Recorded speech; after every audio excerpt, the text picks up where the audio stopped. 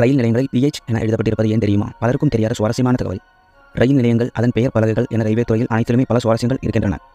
அவை பெரும்பாலும் நமக்கு தெரிவதில்லை. நீங்கள் ரயில் பயணம் செய்யும் போதெல்லாம் வழியில் பல நிலையங்கள் இருக்கும். அந்த நிலையங்கள் ஏதேனும் ஒன்றின் பெயருக்கு பின்னால் PH என எழுதப்பட்டிருப்பதை பார்த்திருக்கிறீர்களா? அதற்கு அர்த்தம் என்னவென்று தெரியுமா? இப்போது பார்க்கலாம். PH என்பதன் விரிவாக்கம் பாசஞ்சர் ஹால்ட் என்பதே. அதாவது பயணிகள் ரயில்கள் அந்த நிலையத்தில் நிற்கும். இவை பொதுவாக கிராம பகுதிகளில் இருக்கும் மிக சிறிய நிலையங்களாகும். இங்கு பயணிகள் ரயில்கள் மட்டுமே நிற்கும். மற்ற ரயில் நிலையங்களில் உள்ள வசதிகள் இந்த ரயில் நிலையங்களில் இருக்காது. இங்கு ஸ்டேஷன் மாஸ்டர் அல்லது வேறு எந்த அதிகாரியும் ரயில்வேயால் நியமிக்கப்படுவதில்லை. இவை D வகுப்பு நிலையங்களாகும். இதுபோன்ற நிலையங்களில் ரயிலை நிறுத்துவதற்கு சிக்னல் இல்லை என்பது இன்னும் ஆச்சரியம்.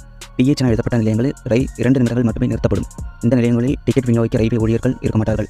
டிக்கெட்டுகளை வாங்க 3ஆம் தரப்பு விற்பனையாளர்கள் நியமிக்கப்படுகின்றனர். அவர்களுக்கு ரயில்வே நிர்வாகம் கமிஷன்கள் மட்டும் கொடுத்து பயணிகளுக்காக டிக்கெட்டுகளை விற்பனை செய்கின்றது.